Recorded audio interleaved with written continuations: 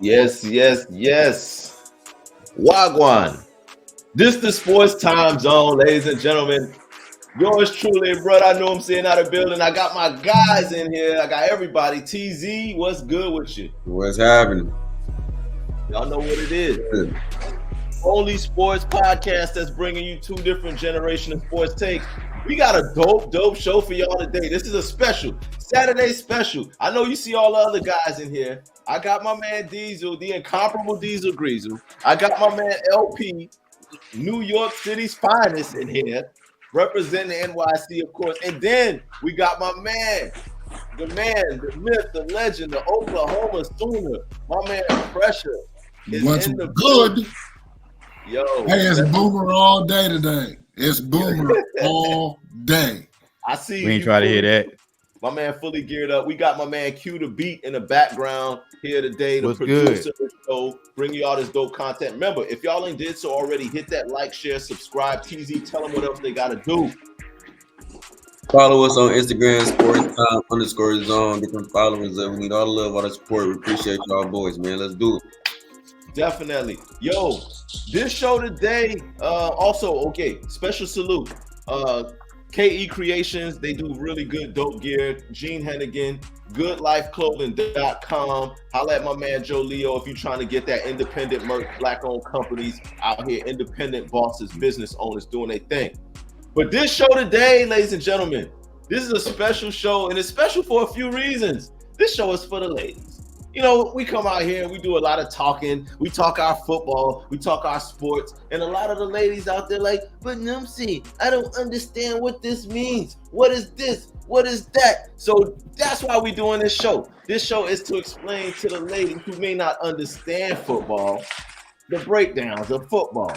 So if you ladies out there have issues where you're going out with your guy or you're sitting there while your guy's watching the game and you don't understand anything that's going on the screen, all you do is watch men run up and down the field, but you don't know what's going on. This is the show for you. And for you fellas that don't know how to explain football to your lady, we got a whole panel of brothers here to help you break it down. Yours truly, TZD, and all of the rest of the fellas. So without further ado, let's start this thing off. Now, we've all been there before. We've all been in relationships or dated somebody or seen somebody or been in the confines of with the lady that doesn't understand the game of football while we're watching the game of football. So I ask you fellas, and you know what? I'm going to start with my man, LP. LP, thanks again for coming back to the show. So explain to me, brother LP, how did it turn out for you when you had to explain football to a lady? How did you explain football? Did you even want to explain it to her because you were into the game so heavily that you didn't want to explain it? Or did you go ahead and pause? And no, there's no pause on that. Talk about ladies. Or did you just go right in and explain it? Explain to me, for the people out there, how did you explain football to a lady that didn't understand the game? Yo, man, especially if it's a tight game, yo, I'd have to explain it afterwards, yo. Like, just like, yo, let me explain it afterwards. I know you don't understand 1st and 10, 4th and 1, all the yards, what it takes to get the first down. What's this, what's that? What's this team got to do? What's the field goal? All of that, man. So I would explain it afterwards, man. And I would just try to tell them, hey, it takes 10 yards to get to the next down, the next first down. And if you don't get 10 yards, whatever's left of the 10, that's the amount you got to get to the first down. You know, just try to break it down like in like little elementary type ways that you can. That's how, that's how your man did it. So, yo, that's I mean, as simple as that. 10. Let's start with the number 10. If you don't reach 10, whatever's left, that's what it takes to get to number 1, which is the first down. That's it. Gotta start with the basics. I love that, LP. I love that. I mean, keep it basic. Mathematics. If it's one thing like ladies understand, they understand numbers. They understand numbers. You like, okay, if I give you, $10, and I say you to get the other $10, then you got to get this far. You got to, go this far to get the other $10. And then once you get that $10, now I'll give you another 10 if you can get 10 more. Like, so you got to explain it in a way like those small increments. So that's a real good one. I appreciate that one. TZ, now being that you are part of the younger generation and the younger era and the new generation of sports, I know y'all boys ain't really got too much patience for that. I know y'all don't really got patience to be explaining to these ladies. But how does it work for you? How would you explain football to the ladies of your era that don't understand football? How did it work for you, TZ? Man, I can't even waste my breath because Wow. my generation of girls don't know nothing. Like especially football. Like you can't explain it. They gonna be too lost. Like credit to mama though. Shout out to my mom because she taught me the game. You know what I'm saying? That's why I love the game so much. That's why I know. You know what I'm saying? I just talking about. I just gotta deal for it. But you learn football from a woman though. You learn football from a woman, from your mom. Your mom taught you football, taught you the game. So don't you think it would be easy to explain to a woman?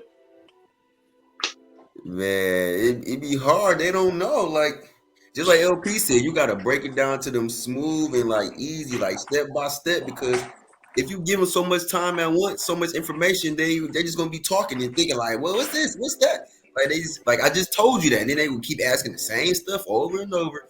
And you got to backtrack. Hold on, I'm watching the game. Like I ain't got time for all this. No, so you just gotta break it down to them because they still get it. Especially my generation. My generation don't know nothing. Spoon feed them in small increments. Yes. So I like that, Dave. That's a real good one. The incomparable one, the incomparable Diesel. Yo, I've been waiting all week to hear your explanation of this because I know, boy, this is gonna be wild.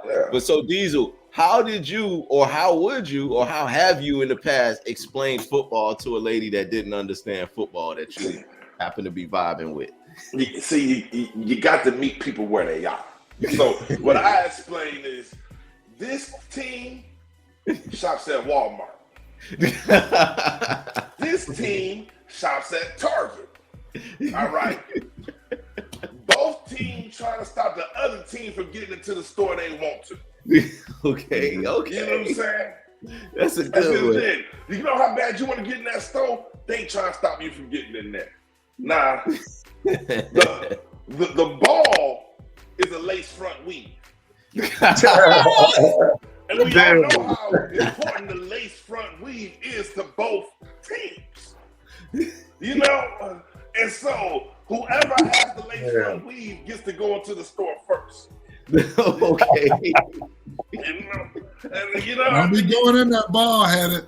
Exactly, man. You got to do it in layers, man. You can't overwhelm the female mind with the complexities of football. You know? And so it's like, hey, and if you get a touchdown, that's like the first of the month.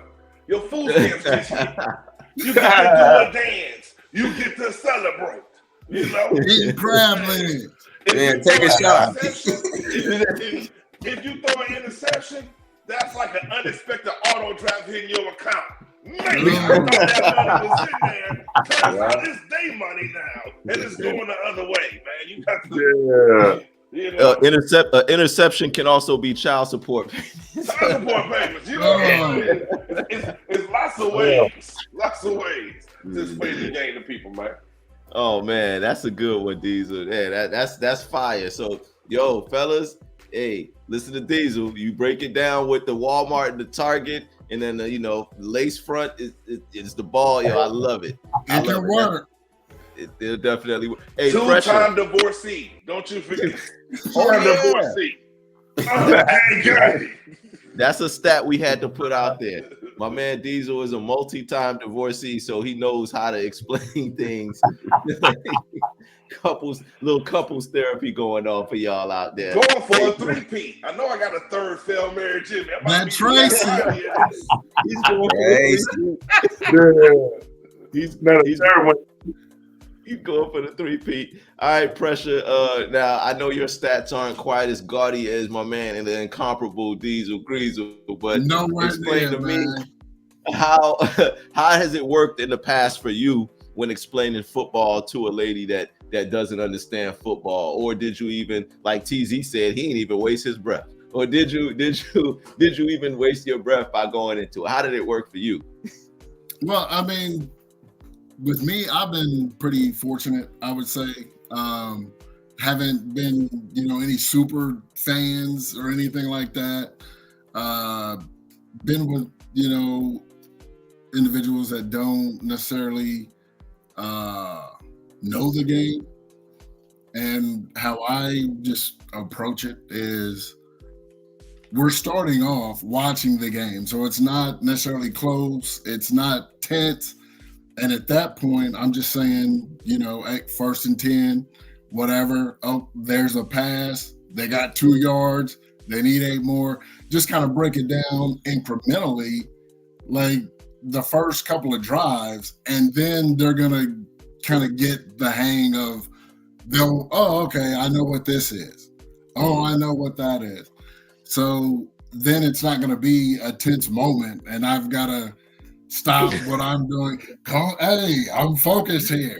So it's just kind of work your way up, and then it's by the end of the game, you can go ahead and go back through a couple hot points, couple things, penalties, whatever. But do your work first. Do your work first, and then you'll be fine. Okay, good stuff. So, I mean, all you guys have really given kind of the way that I would explain it too. Like for me personally, when I've been asked about, okay, the main question I get about football is, like what are those yellow lines? Like I don't get it. What is the yellow line that goes across the field when you're watching the game? And the best way I explained that is, okay, that's the distance to a first down. And then the question is, okay, well, what's a first down? And so my answer is like, okay, look at it like this.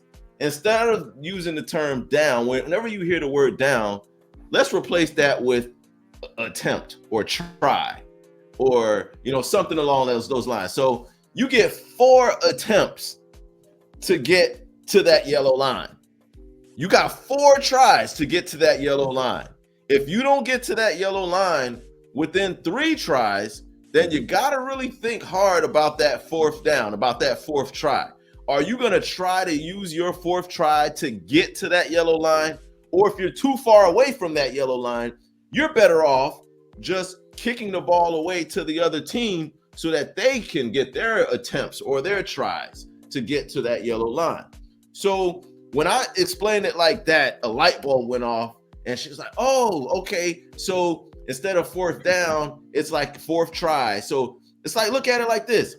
First call for alcohol, you good. Second call for alcohol, all right, you getting there. Third call for alcohol, look, if you ain't got it by your 3rd call, if you ain't got the buzz that you're looking for, then you might want to think about going home because now you're on the last call. And if you're on the last call on 4th down for alcohol, then at this point, you might as well just give it up. Because if you haven't gotten your buzz out of them first 3 drinks and you still don't even feel anywhere close to getting hammered, then go ahead and give it up. Just go ahead and go home, let somebody else have the keys and let them drive, let them take over. So when I explained it like that, it kind of worked out a little bit better.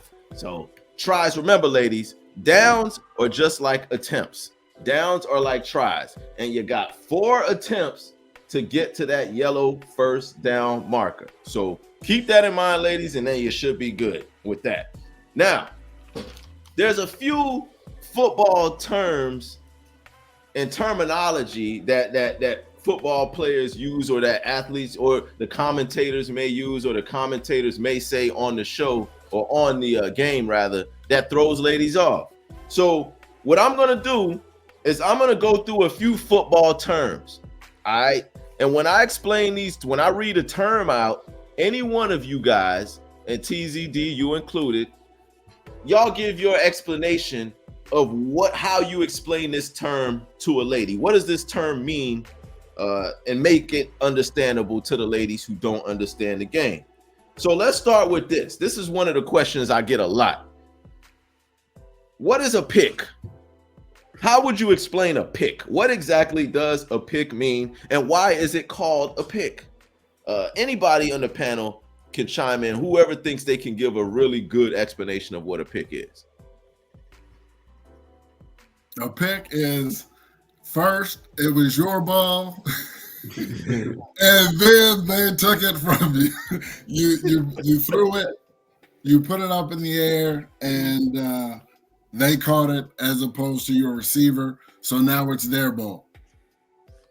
Okay, so basically what you're saying is if my team has possession of the ball, like my team has the ability to score the ball, and the quarterback of my team throws the ball to a receiver on the team, on my team, but someone from the other team jumps in front of the ball and catches the ball and take the possession away from my team, that means that ball was picked off.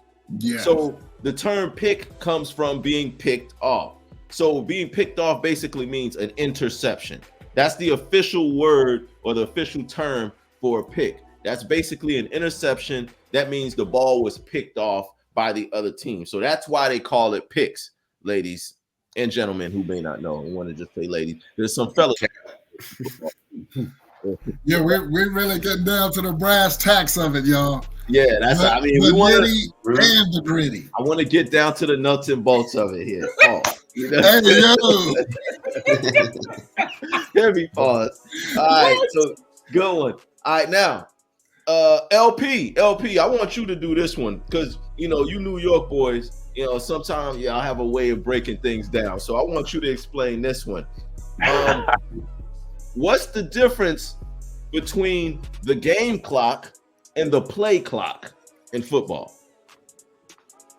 Oh man, the game clock, I would say, is how much time you got to get a play off before you get a penalty.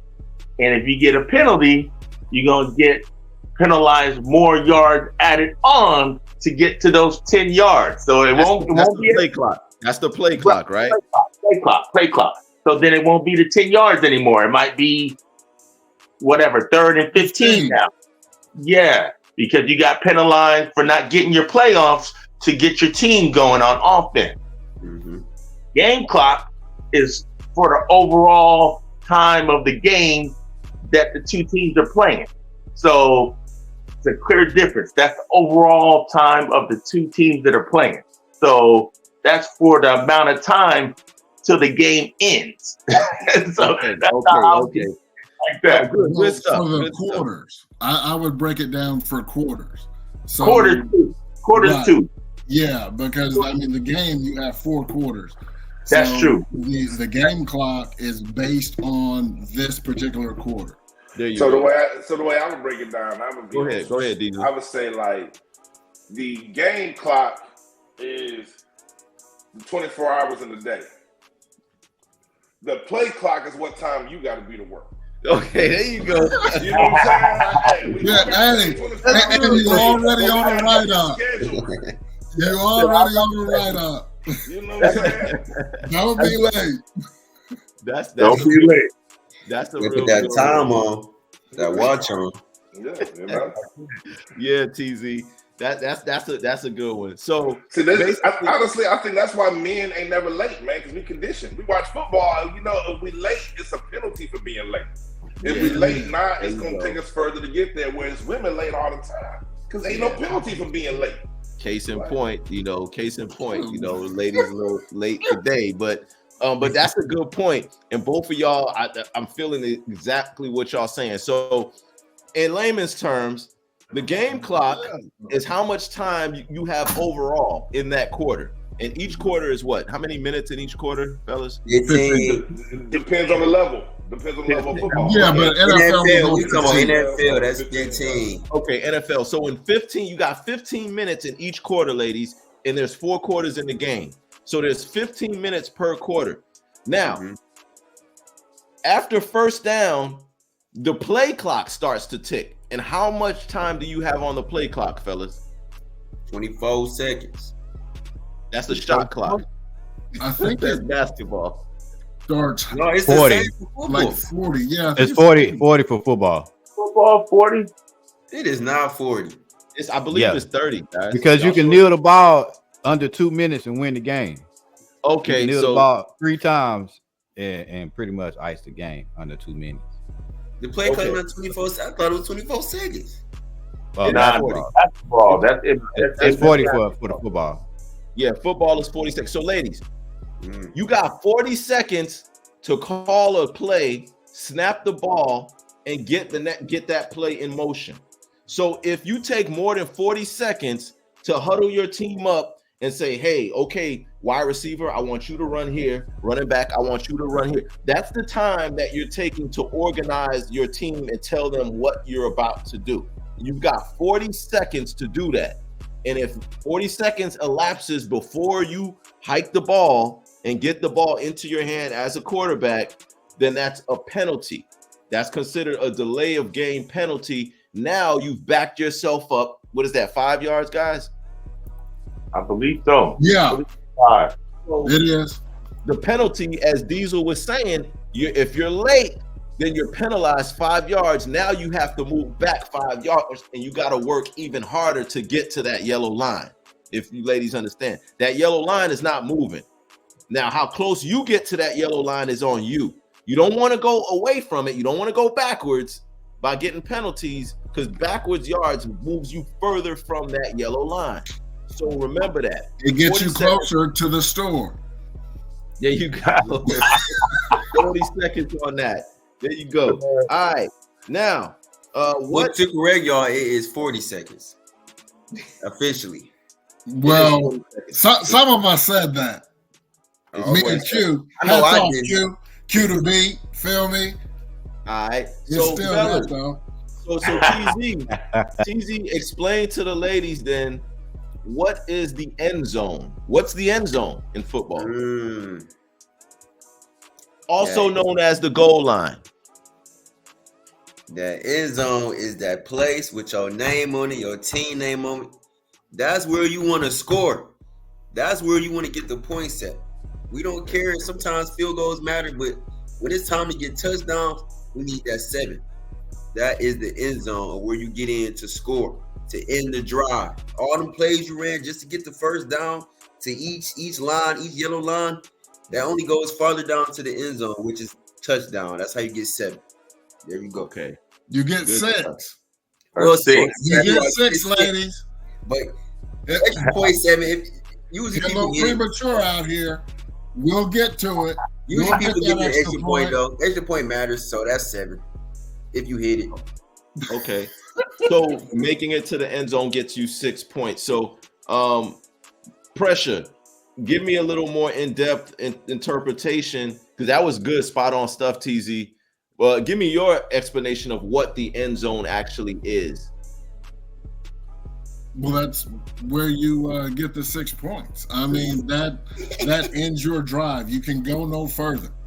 We've Now you made gotta it to play- the now you gotta promised play land, defense. ladies and gentlemen. Okay. This is it. Which is That's why how they, we get that 6. which is why they call it the end zone, because Because that's it's the end of the drive. You can't That's go what no we're more. trying to get to the end zone, ladies and gentlemen. That's like, for Getting off work. That's marriage. You know what I'm saying? The first downs are dates. Mhm. The first downs is that engagement ring. That the red zone is the engagement party. But what you're trying to get to ultimately, ladies, is that marriage. You're trying to get married off. You're trying to, create that happy home, and that end zone, that touchdown, that's where you're trying to get to. So the end zone is the touchdown, which is also your end result. That's your goal, is to get there. All, like TZ said, all of those little 10-yard yellow lines, those are checkpoints. It's like, when you meet a guy that you like, okay, he took me out. Check, that's the first down. Okay, now go ahead, Diesel. Go ahead. Nah, you say you meet a guy that you like. I did the pause for you, brother. Because Oh yeah, heavy talk. Ooh. That's for the ladies. Recognize that Hey, you was that's for the ladies. right now. Thank you, I am my Drew. brother's keeper. I am my brother's keeper, man. I appreciate you. Wow. But each first down that you get is, just look at that as like, a check or a green flag that he's moving in the right direction and getting to that end result. You One know, of the you're ways trying to you get to the end explain zone. You're to trying women is you try. all women be drinking and driving. You know, so when you're drinking and driving, the goal is to get first down. The first down means you made it successfully to a checkpoint without getting pulled over by the police. With the ultimate goal of getting in the end zone, making it to the crib. You know, making it to the crib. You know, first down might be stopping to Get something to eat. Yeah, All right. Yeah, get you some Jack in the Crack. You know, I mean, but you try to get to the crib. You try to get to the crib. Good stuff. LP, chime in. Give me your explanation of what the end zone actually is in your words. Man, I mean, I would agree with the rest of the fellas. Basically, that's the end of, like you said, Brother Nuki, the try. All those tries that we're talking about throughout the course of that field on the yellow lines, all those tries, that's the end of all your tries, and that's going to get you the points on your team. And those points is trying to get you to win the game. So whoever has the most points at the end of the game wins that game. So you have to get into that end zone more than the other team. That's how I'll explain it to them, just like that. Okay, fire. Y'all boys on point today. I hope y'all ladies out there taking notes, because this is some real good stuff. We're breaking it down to the simplest. I know most of y'all boyfriends and husbands ain't gonna sit here and take the time to explain it like this. Like if it's an intense game, we got rivalry weekend, so this definitely ain't the time to be asking nobody no questions while they watching the game. So y'all make sure that y'all tune in and paying attention to this. All right, now the next term that I get a lot of questions about is, what is the upright or the goal post? So we know the end zone is where you score the touchdown. That's how you get your 6 points. That's what you're trying to get to. But what is the goal post, or also known as the uprights? Can anybody explain what that is?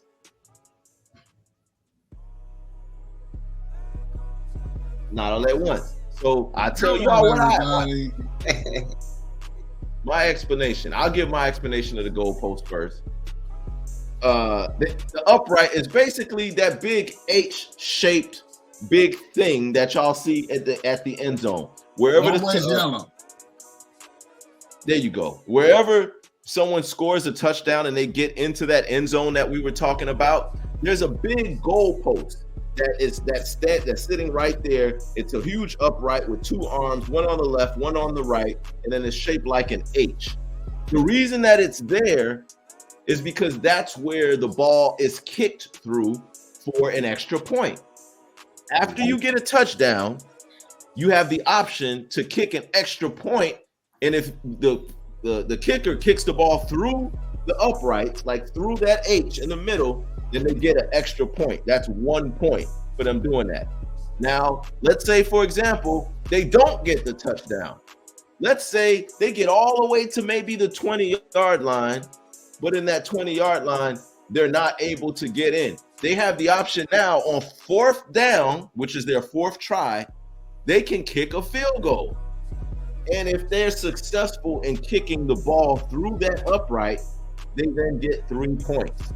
So remember, ladies, it's 1 point if you kick it through the uprights after a touchdown, but it's 3 points if you kick it through the uprights on 4th down, all right, or 3rd down, or whatever down it is that they decide to kick that ball. If they don't get a touchdown, they have the option to kick a ball. Now, some kickers, they can kick a field goal from way back in the 50.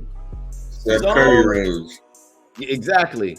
Some kickers, they're not that good. Their legs aren't that strong, so you gotta get the ball a little bit closer, like in the 40, within the 30. Some kickers don't have that kind of velocity, so you have to know your kicker, know your personnel to know where their field goal range is from. And on the screen, it shows you that kicker's field goal range as you get closer to that range. TZ, anything you want to add on to the upright and field goals and extra points and anything like that? Or did that cover it? Right on, brother.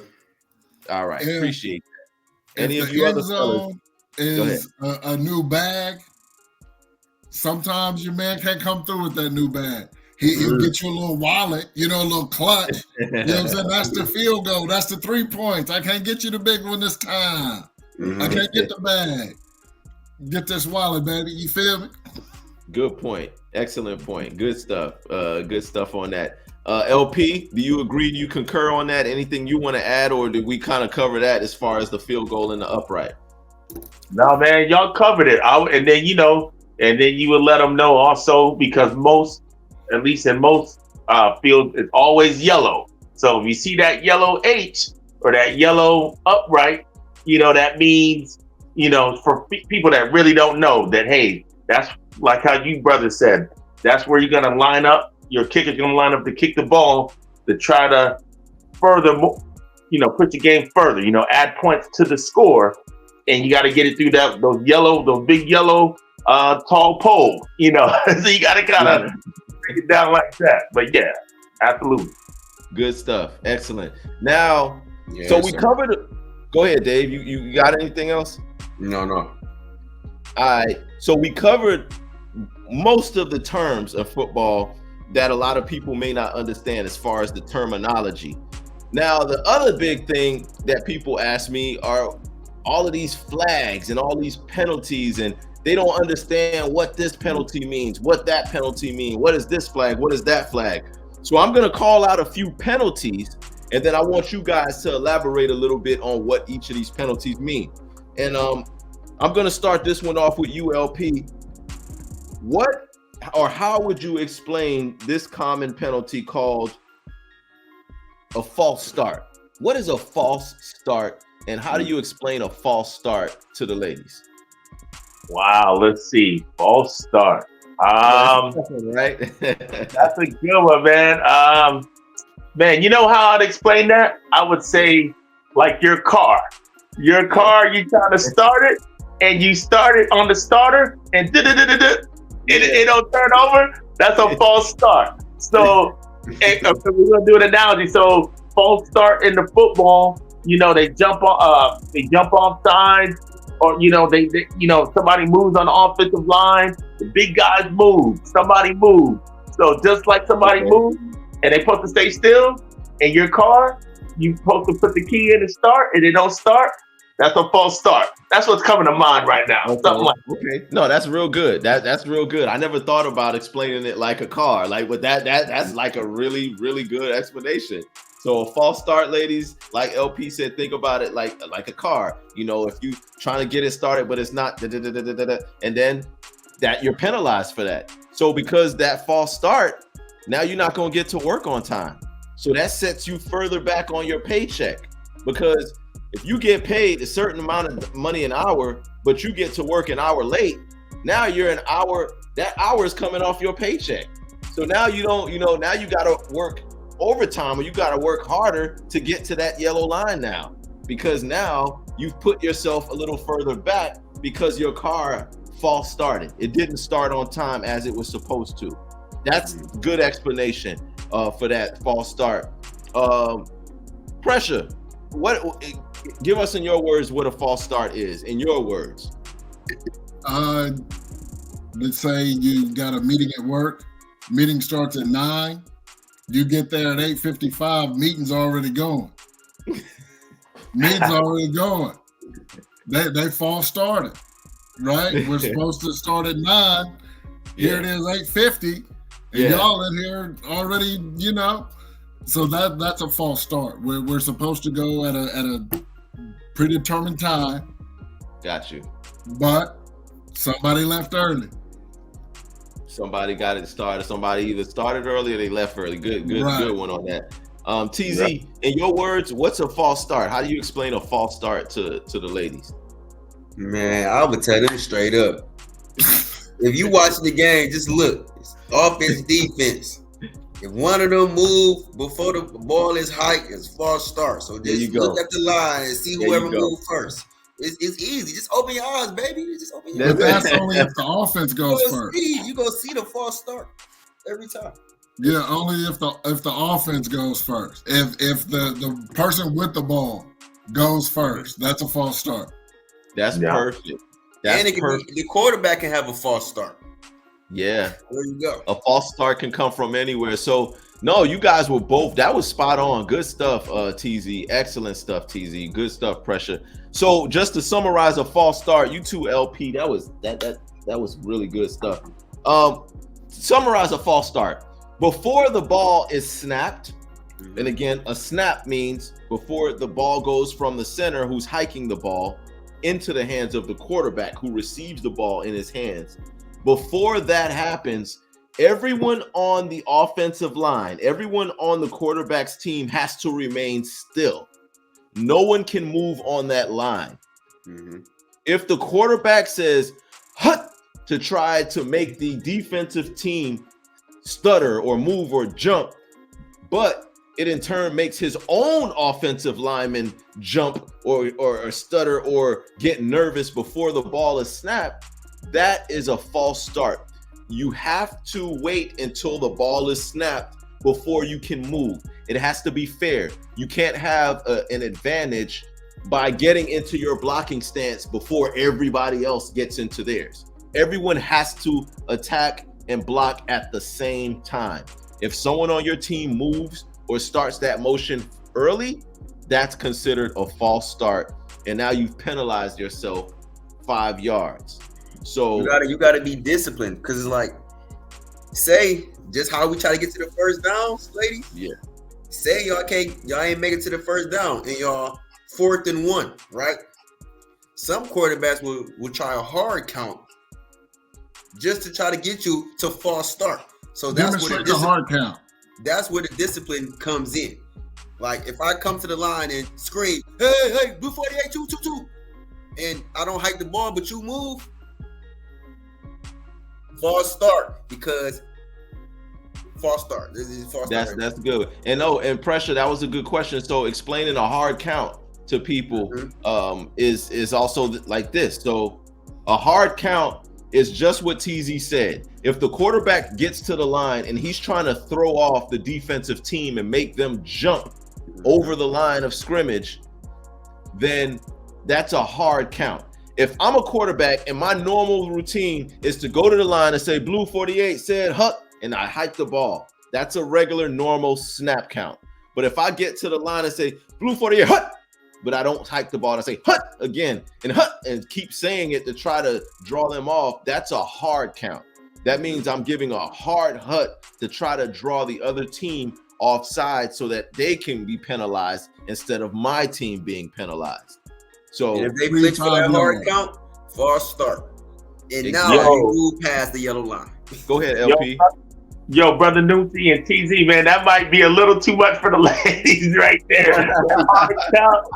Yo, you're gonna just they want to watch sports. We giving them all the sauce. Yo, that might throw their whole brain off. That might be a little too much. Well, okay. So the best way to explain this is a false start is when the offensive team has the ball. And then what is an offsides penalty then, LP? Explain to them what offsides is. So offsides is, again, on, let me think, offense or defense. If somebody jumped the play before the play starts. So if they jump the space that they're supposed to be in and the play starts, that's offsides because you got to stay still. You know, it's real technical. You got to stay still. If you jump, anybody moves, offensive line, someone on defense jump. Either way, offense or defense. That's the thing. Not just offense. That could be offside either way. So, man, yo, that could get real complicated for the females that don't really know. Offsides is also known, ladies, as encroachment. Encroachment, neutral zone infraction. Anything that you hear like that, encroachment, neutral zone infraction, just think that's the defensive team. That's the team that does not have the ball. That's the team that's trying to stop you from getting to the yellow lines. If that team jumps across the line that we're set to start at, line of scrimmage. That's the line, which is the line of scrimmage. Thank you, TZ. So y'all getting a lot of knowledge. So the line of scrimmage is where the play begins. No one can move until the quarterback snaps the ball. Anyone who jumps over from the defense is penalized for an offsides penalty. If the offensive team jumps over, that's considered a false start. Okay, so and this is a nuance. This is a nuance, ladies. It is. On defense, you will see them moving all around, and sometimes they will jump over that line of scrimmage. But if they get back, and I don't touch anybody on the other team, and I get back before the quarterback hikes it, then I'm fine. There's no penalty there. Okay, Wow. Good stuff. Very true. Very true. Perfect. That's perfect. That's perfect. That leads us to our next penalty. And Dave, I want you to give the explanation of this one, and then everybody else chime in after Dave. What is a pass interference penalty, also known as a PI? That's another question that I got in my inbox from a lot of ladies, that they don't know what is pass interference. And that confuses a lot of people. It even confuses me sometimes on what's considered a pass interference and what isn't. But Dave, explain what pass interference is to the ladies.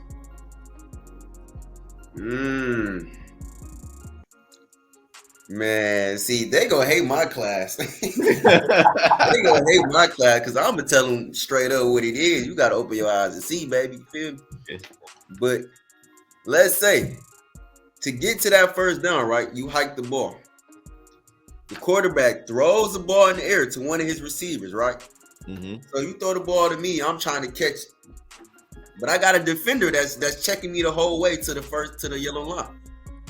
If I go up for a catch or something and he grab me, my arm, or he pull my jersey, or he push me some kind of way like that get the ref's attention, that's a pass interference.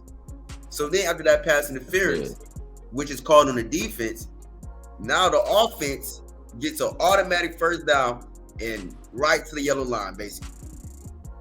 Okay. There it is. Really good stuff. And pressure. Go ahead. When the quarterback throws the ball Mm-hmm. and the ball is in the air, it's anybody's ball at that point. Now, the offensive guy, he's going to try and catch it to keep it for his team. The defense, they're going to try and either break up the catch, don't allow the catch, or the interception that the pick that we talked about earlier. So if the defender does anything to impede or stop the offensive guy from catching it, touching him, grabbing him, pulling him, pass interference. On the other side of that coin, the offensive guy can't stop the defensive guy from catching it. So pass interference can be on offense. It can also be on defense. It's whoever's trying to illegally impede an individual from catching the ball. Excellent. Yo, that was fire. That was a fire explanation. LP, chime in on pass interference. How do you explain a PI? You can't follow that. Pressure said you can't follow that one up. He said you can't follow that. What you got, LP? Yo, man, pressure and TZ pretty much covered it, man. I mean, it's kind of cut and dry, really. I mean, I get, we're talking about women and females that just really don't know, just clueless, but they touched on it. I mean, offensive guy, it's the ball going in the air from the quarterback, a wide receiver, or any eligible offensive player that can catch the ball, running backs too, whoever, tight end, who could be open to catch the ball. If you pull on a jersey, you put your hand illegally on them in the midst of play, boom. And like TC said, if the ref sees it and they feel it, pass interference, that's all based on objection, based on the refs, what they feel. Because as we all watch football, we'll think, hey, that's a pass interference play. Refs don't call it, they don't see it. So it's just subjection to what the refs think is pass interference. But typically, something like that is obvious, and they pull in, tug in, put their hand. Flag, literally, usually. Yeah, that's pretty much it. So yeah, the two brothers covered it though. That's pretty much it. That was real good. All of y'all explained that to a T. My synopsis, just to summarize what everyone said, because to your point, like if a lady is watching the game, LP, just like you said, to her, she just sees the ball go up in the air, people scrambling and fighting for the ball. Somebody doesn't catch the ball, but a flag is thrown. So she's like, well, why? What happened? Well, Right. you know, to her, she doesn't get it. So in layman's terms, to what you guys said, when the ball is in the air, when the quarterback throws the ball to his wide receiver or the person who's supposed to catch the ball, and the defender does something while the ball is in the air and gets too physical, he pushes the wide receiver, he grabs his jersey, he tugs on him, he does anything like that while the ball is pause. Look, he does anything to impede the wide receiver from catching the ball, that is considered pass interference. And on the flip side of that, if the wide receiver sees that the ball is in the air and he can't get to the ball, but the defender, the person defending him, has a better chance of catching the interception, and that wide receiver grabs that defender, tugs that defender, hugs him, does anything to impede while the ball is in the air, that's pass interference on the offense. So there can be pass interference on the defense or on the offense. And again, it's all based on the referee. Some referees will call a PI if you breathe on a wide receiver. Some referees won't call nothing unless you damn near club somebody across the head. So it just depends on that particular ref's interpretation of pass interference. But to the letter of the law, if the ball is in the air and someone is physically nudging the receiver or someone who can catch the ball out of position, then that's considered pass interference. So just remember, ladies, if the ball is in the air, it's anybody's ball, just like Precious said. But if you get too handsy, pause, and put your hands on people and stop them from catching it, that's considered a pass interference. So good stuff and way to explain the PI to everybody, ladies and gentlemen. What is a face mask penalty? This one should be pretty self-explanatory. This is another question that I got from the ladies. What's a face mask penalty, Pressure? Well, what the players wear on their head, that's the helmet, obviously. So on that helmet, right across his face, there's a mask or a guard, protect his teeth, stuff like that. So if you get in there and grab that, twist it, help make a tackle, or I mean, sometimes it can be, my hand accidentally just kind of got stuck in there, pause. Then that would be a face mask penalty because that's off limits. You can't touch it, can't grab it, leave it alone. For obvious reasons. I mean, safety issues, obvious reasons why that would be off limits. TZ, how do you explain a face mask penalty to the ladies? I think Pressure kind of summed it up, right? Right on the head, but basically, like that's like me. Like women, like that's like me just like put my hand in your face. Like, so you got makeup on. Oh, don't mess my makeup or that. Yeah. I put my hand in your face is a flag basically. That's the face exactly. In your face. Like so all your makeup is smushed and smeared, all that. Just off the face mask. That's perfect. That's a great way to explain it to the ladies. LP, anything to add? Yo, just like Pressure, like Pressure said, man, it's just pretty obvious, man. Just leave it alone. Can't touch it. Nobody on defense defense can grab that mask of the offensive player while they got the ball. It's just going to get called every time. It's just an obvious play. You reach in, you put your hands on that bar, on that protection, pulling their head down. That interferes with them progressing with the ball on offense. Just can't do it. So, I mean, just like, hey, I would tell a lady, hey, just that player can't touch those players' face mask. That's totally off limits. That's pretty much the simplest way you can put it. But yeah. Excellent. That is the best way to put that. So, again, if you put your hands in a person's face mask and you tackle them with that face mask, or you grab it or tug it, anything like that that has to do with your hands in their face, like TZ said, that's a violation. You put your hand in somebody's face, mess up their makeup, that would be a violation. You would see that as a violation, ladies. And just like for fellas in football, you put your hand in someone's face mask, that's an automatic violation. Some of them can be 10, some can be 15 yards. It just depends on what that referee feels should be imposed on that. So that's a good breakdown of a lot of the terms, a lot of the penalties. I know we covered a lot with that. So now we want to kind of shift gears a little bit for the ladies that are already sports fans. Ladies that may have been sports fans since they were a kid. The ones that school, the ones that know the game. You see what I'm saying? There you go. That's what he's trying to get at.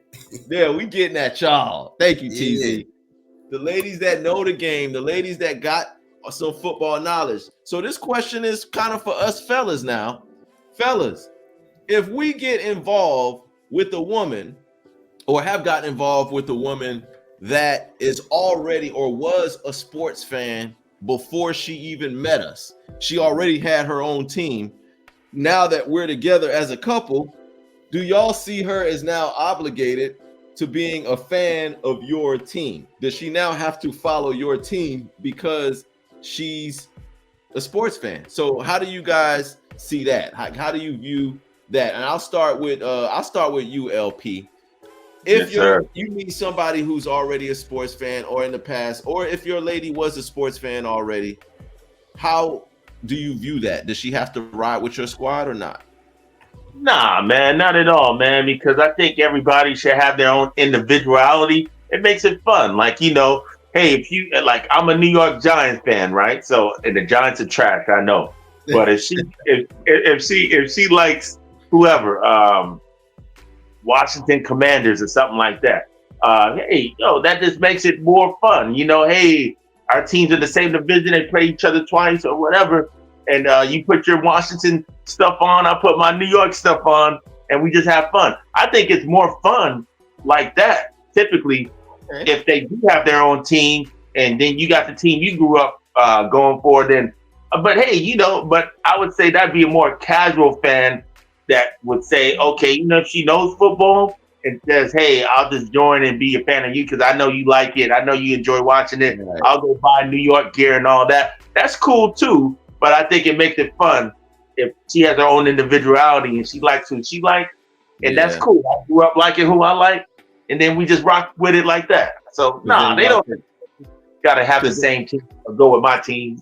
Because then at that point, you guys can have little friendly wagers or friendly bets, around the house. Like, my team win, and you gotta, I don't know, you gotta cook my favorite meal. Or if whatever, you guys can have fun with. I see where if you win, I gotta rub your feet or something. Yeah, or something like that. Yeah, right. So I get where you coming from with that, LP. So Dave, do you agree? Like, you meet a lady that got her own squad, you cool with her just still repping her squad, or do you think she needs to now rep the Kansas City Chiefs just like you do? It's kind of tough. Like, I feel it. Like, you want to root for your team and all, but let's just say, for instance, your team get put out. We in the same house. My team still winning. We still doing our thing. Your team already been put out. So what you gonna do now? You might as well just root for the team I'm rooting for, because your team out and my team is still winning. So there it is right there. Unless you just don't care. Unless you just tell me you don't care and whatever happens. But if my team's still in it, you got to come to this side. That's a good point, because it's a lot of different types of female fans. Like LP said, and you just said, TZ, some ladies, this like, okay, they wasn't really a fan. They don't care. They just going to support their man. So whoever their man is a fan of, they going to roll with that. They just going to do that. But then there's different type of lady fans who maybe her dad used to take her to, I don't know, Buffalo Bills games when she was a kid. And now that she's, an adult, she's been riding with the Bills since forever. And now she gets with me as a Dolphin fan. That's my arch rival. So, you know what we going like? That's I don't know how we gonna work that out. Like, we playing against each other. You know, we got to play each other like 2 to 3 times a year if we get in the playoffs. So how does that work? You know, with that dynamic. So yeah, I definitely get where you coming from with that. Q to B, like, what's your take on that? Like, if your lady is already a fan of somebody else, and then now y'all together, and let's say it's even if it's not a rival team, it's just another team, period. How would that work in the household with you? You cool with that? Your lady repping another team, or do you feel like she got to run with your squad? Yeah, I'm cool with it. I'm living through that right now. So my girl, she from Buffalo. Okay, perfect. So you're a fan. And who's your girl? Yeah, who's she a fan of? She Buffalo Bills. So that's where she's from. Yeah. So all her family Buffalo Bills. You know, her dad. They just came down to the game to get spanked by the Texans. So that was a joy to watch. But yeah, she a Bills fan. So you know, it is what it is. I ain't gonna force her to change. But we come to the middle grounds with the Texans. So we could cheer for the Texans together. You know what? But I must be different. If the Chiefs play the Texans, who you going for? the Chiefs. Okay. Because I'm a diehard Chiefs fan first, because you know the Texans wasn't even around. You know, I've been cheering for the Chiefs since early 90s. So I'm rolling with my Chiefs. It's Derek Thomas Day. Derek Thomas, number 56. Derek Thomas, Christian Okoye, Barry Bird, and all them. Now, I think I'm just different. I'm just different from y'all in that case, because, like, when I go and root for no other blood clot team out at home, dog. Yo, if I rep my team, I can't have my work. Like, when you go to sports bars and you go to a game or anything, when you see couples together, they're usually rocking the same jersey. They're wearing the same, they're repping the same team. Yo, I can't be going to the sports bar and I got on a Dolphin jersey and she got on a Cowboy jersey. Or, you know, and we to get, like, look, my team is like my last name. Like, once you get with me, you gotta take the team. You gotta take the team. Roll with my squad too. And I mean, I've been in situations before where I have dated ladies that have been fans of other teams, and it was kind of weird because I'm like, look, I'm not finna sit up here and root for your team, especially if my team done lost already that day. Like, I'm salty. Like, if my team lost, now your team gotta lose too, because we both ain't finna be up. Like, we both gonna be sad today. Like, it ain't happening. I'm not gonna let you. It's just weird. I feel like if this is my squad that I've been rolling with, and you support me, and I'm your man, and you want to see me, you know, happy husband, happy house, happy boyfriend, whatever, then I feel like you got to rep my squad too. Now, I'm not saying you got to completely, totally denounce your team. You can still, you know, on the low, you know, go Cowboys or whatever it is. But when my boys are playing, I expect you, if I got on a Tua jersey, you need to have on a Tyreek Hill. If I got on a Jimmy Butler, you better have on a Bam. Like, it ain't gonna be like you need even partnership, huh? Yeah, I need partnership across the board. Like, wifey can't come in with a Jalen Brunson jersey on, you know. He had to throw it out there. Yeah, I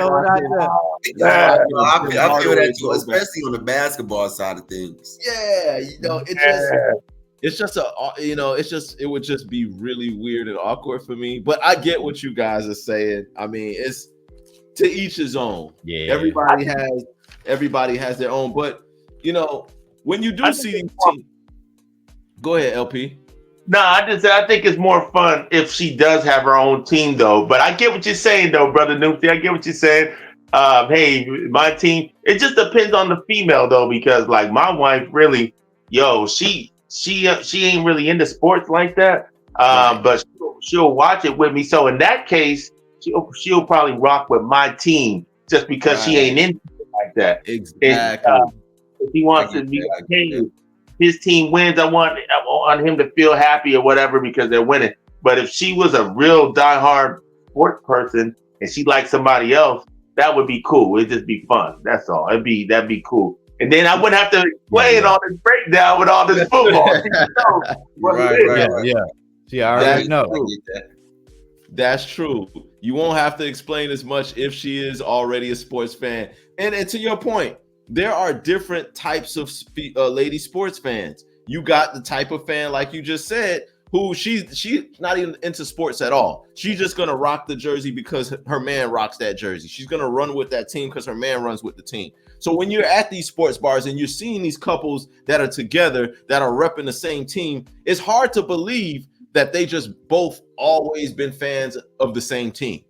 Somebody had to either convert or they just joined, together because their man was a fan of that team. So I always wonder when I see these couples together, how did that happen? How did that dynamic work? Because if she was already a sports fan before she met him, what are the odds that they're just both fans of the same team? Like, what are the odds of that? It's very unlikely unless they just both from the same town, they from the same city, so they rep the same team. But 9 times out of 10, if you see the two couples together, the lady most likely adopted her man's team. Now, there's some small instances where I don't think a man has ever adopted his woman's team. Like, if a man adopts his woman's team, then I might have to question him a little bit, man. Oh yeah, for sure, question that man. Hey, that's the equivalent of a man marrying a woman and taking her last name. Like, right? Yeah, I'm just gonna go with Anderson. Change your last name. What they call him now, simp. That would mean the guy ain't into sports and she's into it more than he is if he doing that. Yeah, brother. That brother probably wears a satchel. So it's the man bags. The man bag. That's the man bag wearing cats. No disrespect to you brothers with the satchels, but yeah. That's a no-no. Left your purse in the car, my boy. Can't do it. Can't not gonna make it, though. But no, that's good stuff. So TZ, you're okay with that. You're okay with your girl being a fan of another team. I guess as long as it's not a rival team, or does it even matter whether it's rival or not, or just it's more rival is just kind of it's kind of gonna make us more competitive. We're gonna bump heads more because this is our rival team. Like, we might have to play them. We might have to play them to, go to the championship or something like that. And that's right. So she's a Raider fan. Now we beefing because you root for the team that's trying to knock me out. Right. That could cause problems in the household, fam. Like that could really cause issues. Or like if she's a Raider fan and y'all just did the Raiders dirty. Y'all just did them dirty. And then she's cooking you dinner. You trust that dinner? You trust? I trust that dinner still. We eating out that night. I'm ordering some Chinese. Like, we got wings coming on the way. Don't worry about it. We got victory wings coming. No, I trust you because that could be part of the bed. Your team lose, you got to make that dinner anyway. So yeah, okay. And she'd be like, "Yeah, we having spaghetti tonight." Mm-hmm. I'm ready. Go ahead and make it. I'm ready for that spaghetti. You trust that? Get that Eve value spaghetti. I'm ready. If you really love me, regardless of this sports stuff, you shouldn't be doing nothing to our food, baby. You hear me? That's true. So go ahead and make that spaghetti, whether you win or lose. Right, win or lose. What you should do is you make sure she make both of y'all plates, and then you switch plates. You take a bite first. You like, here you go, baby. You made me this nice plate. Oh, this plate too big. Here, you have my plate, and I have your plate. And then and if she hesitate to take that first bite, then hey. Let me go ahead and DoorDash real quick. Suspect right there. Let me just call my food in real quick. It's DoorDashing it. Oh man. But no, that's good stuff, fellas, man. So again, for you ladies out there that don't really understand the game of football, we gave y'all a nice little breakdown or tutorial of football. We also we gave y'all all the sauce, like perfect sauce. We gave y'all some perfect perfect sauce. And then for the ladies who are sports fans already that watch the show, if you're already a sports fan, we also gave y'all our interpretations on whether or not you are obligated to switch to our team. The fellas on the panel all say that it's cool. You can ride with who you want to ride with. It makes it more fun, more competitive in the household. But yours truly, brother Noom said, but nah, play them blood clot. Yeah. Yo, if you ain't riding with my team, we gonna have issues. But I don't know. Maybe, just maybe, I might change my mind and I might, these guys enlighten me a little bit. They open me up to a different way of thinking. So maybe I might be willing to accept someone else's team if they already had a team. But for the most part, nah, you got to be 305 with me. So that's some real good stuff, fellas. Real good stuff. Now, as we're coming to the end of the show, as we're starting to get close to the wrap-up time and the wrap-up segment, this is something we haven't done on the show before. This is the very, very, very first time where we're going to announce our HBCU Player of the Week. Now, HBCU players, historically black colleges around the country, don't really get the shine that they should be getting. We don't really hear too much about HBCU athletes or their teams because the Division I games and the Division I teams usually get all of the shine. But there's a lot of really good talent out there in the HBCU ranks. So this week, we're going to spotlight the HBCU Player of the Week. And this HBCU Player of the Week is brought to you by my man's Q the Beat, our producer, and also all of the guests that we had on the show today. So without further ado, Q the Beat, please bring us our HBCU Athlete of the Week. Let's get it. All right, so of course, they make it kind of hard to find all the legitimate stats dealing with the HBCU. So Of course. It's HBCU's been around for a while, but for some reason the spotlight is still very dim. So, but we did find the Player of the Week, and he goes by the name of Isaiah Knowles for Albany State University, the Golden Rams. Quarterback listed at 5'10", 175, redshirt freshman out there doing his thing.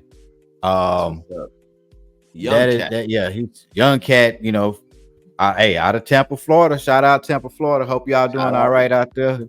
Dealing with the hurricane. Yep. Yeah, and excellent, Q. I'm just gonna throw some real quick numbers out there for y'all. Why he made the Player of the Week in this last game. LP, check this out. Check these numbers out, LP. In his last game against Allen University of Columbia, South Carolina, this HBCU athlete Isaiah Knowles, who plays for Albany State University, he went 15 for 20 for 372. 15 for 20 for 372 yards and 6 touchdowns. 6 touchdowns. But hold on, LP. In the first half of the game. Damn. He didn't even play the second half. So he goes 15 for 20, 372, 6 touchdowns, all in the first half of the game, leads his team to a 57-17 victory over Allen University in Columbia, South Carolina. Now, 2 of his touchdowns was for 78 yards and then another one for 41 yards. Those numbers are crazy. Yeah, that is crazy. I mean, I love the HBCU, man. I mean, shout out to all HBCUs. Real talk, man. I mean, I don't know. I mean, I know why they're not on TV as much because not enough funding and all that. But you got to catch those. Cause where do you even ESPN Plus or where do you catch it? Do you fellas know? You brothers know? I don't even know what. Yeah, they make it really hard to watch, man. Yeah. Like on a Fire Stick, I gotta really search for these HBCU games, man. Like the SWAC games, and and games that are predominantly, unless the HBCU team is playing against a Division I team, it's really hard to see them. Like my Hurricanes, we played against FAMU this year. I mean, we cooked FAMU, but still, that was the only way I was able to watch FAMU play is when they played against my Division I team, the Miami Hurricanes. So that's what's up. Yeah, we don't really get. It seemed like when Deion and Jackson State in Mississippi, man, they were getting a lot of, and I know because it was Deion and his son and Hunter over there, but they were getting, you were seeing a whole lot, not necessarily on TV, but a lot of clips and highlights. I still never watched the game, or it seems like when the SWAC championship comes about, they show that on TV, but just regular matchups is hard to find. Yeah, it really is. It is definitely hard to find. A lot of that is, market. Like you say, they only put certain teams on TV. The only time they do shine some light on the HBCUs if the top 2 HBCUs are playing, whether it's like Southern or Grambling. Right. They'll be on TV or something like that because that's the biggest rivalry in HBCU. But I think it definitely need to be a market for that, or have our own channel to where we can pretty much, watch the game. No, I agree with you, man. Q to beat, man. I agree with that because it's like, damn, you want to support, and it's like you can't. I went to a HBCU too, man. So, but they didn't have football. It's a small school, but I mean, I would love to check it out though, or check the teams out more if they were available to be seen. But I just don't know where I can catch it. Yeah, right. Yeah, absolutely. All of your points, man. HBCU games. This is the platform that we're trying to bring more attention to it, because there's no other podcast out there that's highlighting HBCU athletes. So here at the Sports Time Zone, ladies and gentlemen, every week I will have a HBCU player of the week. And this one, Isaiah Knowles. Y'all remember that name, and y'all ain't hear it nowhere else but right here first. Isaiah Knowles, quarterback, redshirt sophomore out of Albany State University, putting up crazy numbers from Tampa, Florida. I went to a HBCU as well. I went to TSU, Texas Southern University. LP said he went to HBCU. TZD, you went to a HBCU. Hey, I was just about to put my input just in honor of HBCU week. Shout out to my HBCU, the real TSU. Tennessee State University. You know what I'm saying? Shout out to us. Go Tigers. You know what I'm saying? Yeah. They got that game today, so shout out to them. They doing it big. So shout out to my HBCU. You already know PBU. Prairie View. All right. So then I'm shouting mine out. Houston Tillerson, man. Austin, Texas. Yeah. But that's a small school though. It's an NAIA. That they don't have a football team. It's just basketball, track, and volleyball and baseball. I think that's it. They don't got no football. But so we all went to HBCUs out here.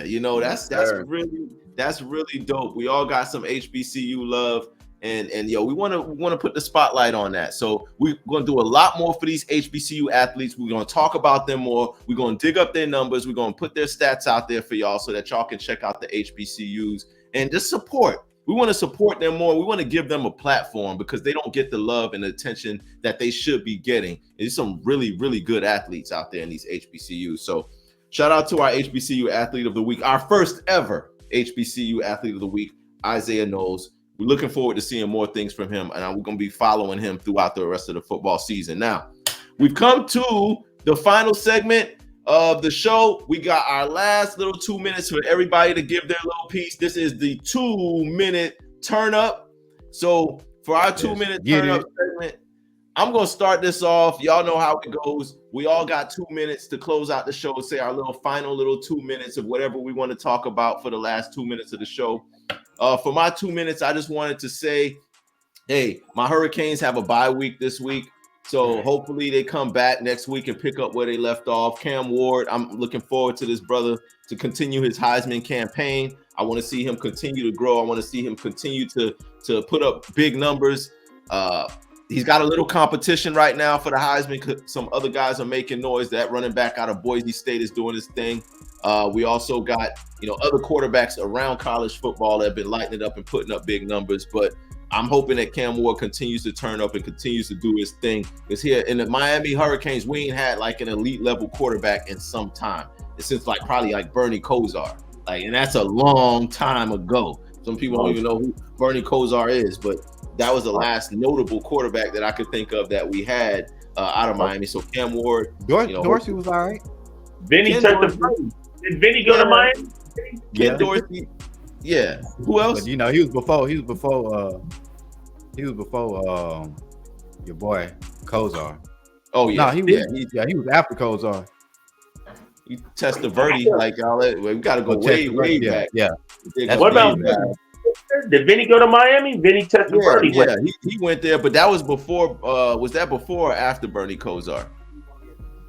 It was before. Probably right after or right before. But after, anyway, it's been a long time. We ain't had nobody. So Cam Ward, I look forward to continuing his Heisman campaign, and then I think he'll go high in the NFL draft as well. But that's my 2 minute turn up that I got.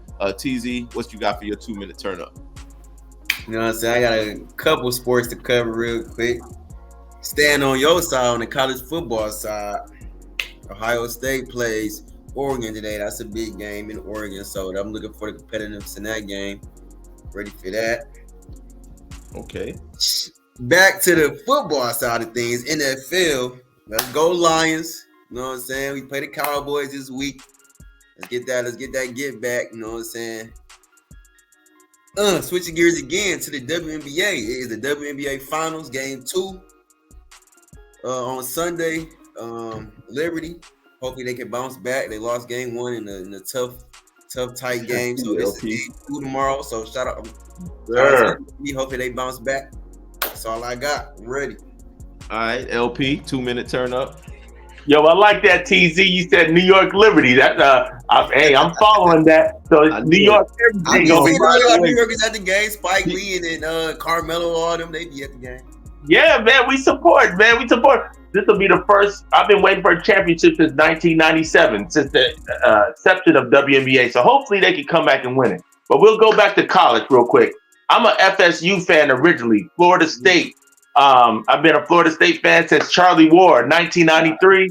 Okay. They're horrible right now. Just like my Giants. It's just bad. Somebody gonna get let go. I already know. Coach gotta go. Tallahassee, they're not happy right now. So, damn.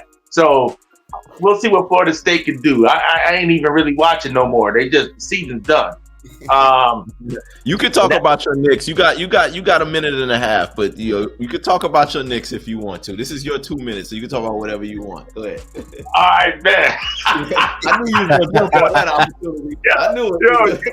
Well, since Brother Nupsy said I could say something, I'm saying, y'all already know where I am with the New York thing. I mean, I'm ecstatic. We got a blockbuster trade.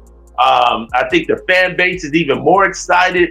I mean, we're right where we want to be. I mean, hey, hopefully we have a good season, injury-free, and this could be the next year that really, put some pressure on Boston and really push them for the get to the finals. We'll see. I mean, I ain't guaranteeing nothing, but I think we're built to where they could do it if everything lines up. We'll see. We'll see how hungry Boston is, but yeah, man, I like what I'm seeing. New York sports is looking good. My Yankees are looking good. We're going to the ALCS. Now we just need the Liberty to do their thing, and that's it. But my Giants are trash. We know they ain't doing that. So, they ain't going to beat Cincinnati this coming up week. No, Sunday night. I doubt they're going to win. At least you honest about it. Go ahead, QB, take us home. All right. College football coming up today. Pressure left, because you know what I'm saying. Yeah, he said he got to get psyched out. Yeah. They need all the prayer. Them boys need all the prayer today. Longhorns, y'all know what to do. We finna run over them boys, man, like a Mack truck. Take it home, Texas. The Cotton Bowl is our home game, so I don't know what you talking about. So let's go out there, do our thing, and bring it home. We need to beat OU. We're trying to go to the ship to play for the number 1 spot for the national championship. This our year. Let's go. That's the thing, Q to beat, man. I live in Austin. I'm not a Longhorn fan, but I just think a choke game is coming, man. And they should. I know. No, not today. Not today. I know Pressure's a big OU fan, so I know he's from Oklahoma. He had to go check that out. Yeah. The Black Baker Mayfield. They gotta beat OU and Georgia though. They gotta get those 2 games, man. I don't know, man. Texas. Yeah, I think we got him. We got him.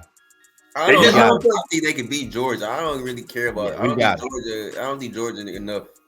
I don't know, man. I just think it's gonna be a team that's unexpected, like Kentucky, or somebody's gonna get Texas. Somebody's gonna get. Kentucky not even a bad. We're going all the way undefeated. If y'all lose to a non-football school, it's crazy. We're going undefeated. Stranger things has happened, y'all. This is football season, so we never know how things could turn out. But yeah, man, we got big games coming on. Matter of fact, kickoff starts in a few minutes for a lot of these games, so we about to get ready to turn in and turn up. Special salute, special shout out. We had a couple of ladies scheduled to be here, but they gave me messages here as the show was going on that both of them were unable to make it. Things that came up. We understand life of the ladies, but I do want to send a special shout out to Miss Coffee. I know you watching, or you're gonna watch the show once it airs. Happy birthday, Miss Coffee. Hope you enjoying your birthday weekend. Mm-hmm. Salute to you. Shout out to everybody up there in Denver also. She repping at Denver, Colorado. So hope you out there having a safe and a happy birthday, Miss Coffee. Same for you. Also, Carla, shout out to you. I know you got your hands full with the kids. Things came up with the kids. Hope you got that taken care of. And we'll catch y'all both on the next show that we have devoted and dedicated to the ladies. But we still had a good show today. It still went well. Shout out to everybody again for being here. This is yours truly, Brother Numsi. My man, know what it is. Q to B in here, and my man's LP. Thanks again for everybody for joining the show. This was a lot of fun. We hope y'all enjoyed it as much as we did. Make sure y'all hit like, share, subscribe. We about to watch some football, y'all, and we are out. Peace out.